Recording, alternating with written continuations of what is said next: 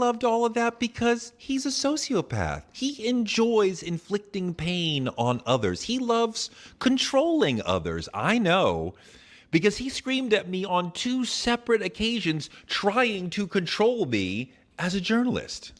So then he starts to get upset and he's yelling at me. And I do remember him saying, "I will end your career." And I was like, I don't even have any idea how you would do that. So I'm not employed by you. I don't need you for my employment. So, I will buy Rolling Stone and fire you. You know what I mean? So, I mean, it just kind of went over my head of like, yeah, sure, like, whatever. So he's kind of screaming and yelling at me, very angry, and I'm kind of like dissociated because I'm like, whoa, like, what is happening?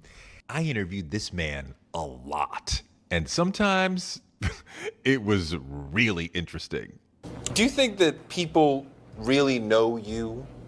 No, people don't really know me, and that's by design. Who is this person, the Sean Combs, that we don't know? We have yet to find out. Right. You have to come along for the ride. You have to come. I mean, that's the whole part of the journey. That's the whole part of entertainment. I mean, you don't rock with a brother for like going on 20 years and stop now. You got to see this movie all the way through, baby. Believe me, I got an action-packed ending for you. I think I understand him.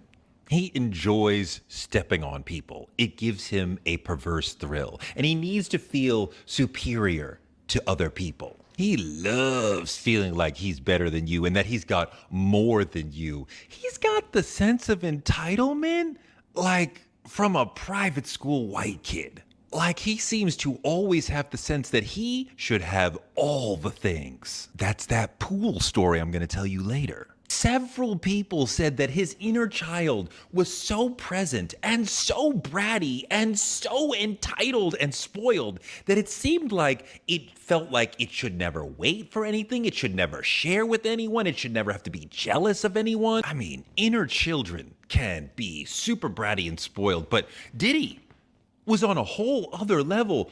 You know what somebody said to me? A bunch of people said this to me, that they thought that his inner child was like Eric Cartman, an epically entitled, self-centered brat who thinks the entire world does and should revolve around him. Go ahead, Mom, fuck me! Fuck me right here in the best bat! You wanna fuck your son so bad? Go on, Mom, fuck me! Fuck me! Someone else, independent of me asking them the question about his inner child, volunteered to me that C'est super intéressant, hein, je trouve. Je sais pas vous. they thought that his inner child is like Veruca Salt from Willy Wonka. She's an iconic super brat whose whole thing is I should have everything I want right now. Perhaps his inner child is wounded from not having had all the things when he was a child. Poor thing. And now he has to spend the rest of his life lording over all the rest of us that he has all the things. As if being wealthy makes you superior to other people. Oh, y'all think this meeting is for me? No, this meeting is not for me, it's for y'all. See, I'm gonna be all right. I'm straight. I got villas in Brazil, Tahiti, East Hampton, West Hampton. Sergio gonna be fine. Fuck a recession.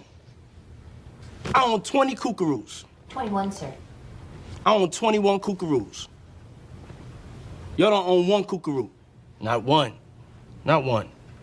Y'all are fucked. It was after Biggie died in '97 when things started cascading downward, step by step. First step, Diddy decided that Diddy would be Bad Boy's #1 artist. This sounded insane to people inside the company, even more so when he started going into meetings and referring to himself in the third person. So he's saying things like, well, Puff Daddy thinks, and Puff Daddy doesn't want to. People who had known him for years were like, what the fuck is going on? Now, if Diddy, the artist of the late 90s, had auditioned for Puff, the king of the A&R men of the early 90s, it would have been a no. It would have been a hell no.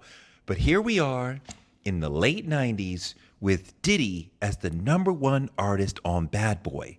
And of course, his album Forever was the company's first huge flop. But that set up step 2, because the people who thought that he shouldn't be the #1 artist at Bad Boy, They either left or were fired. And that starts Diddy cleansing his circle. He doesn't want anyone around him who's not going to support him with whatever it is that he wants to do. He systematically eliminated anyone around him in his inner circle who might tell him no. Someone who used to work with him told me he had no one protecting him from his own worst impulses. That leads to him living like a debaucherous king. It's really dangerous to have someone like him surrounded by yes men and yes women. Someone like him who loved to push the limits of partying, sex, drugs. He was an ego-driven hedonist with no impulse control. He was a man who liked gay sex and was unable to be open about it. I know someone who says Diddy told them, women cannot fellate as well as men. And he did not use the word fellate. He's also someone who's used to getting away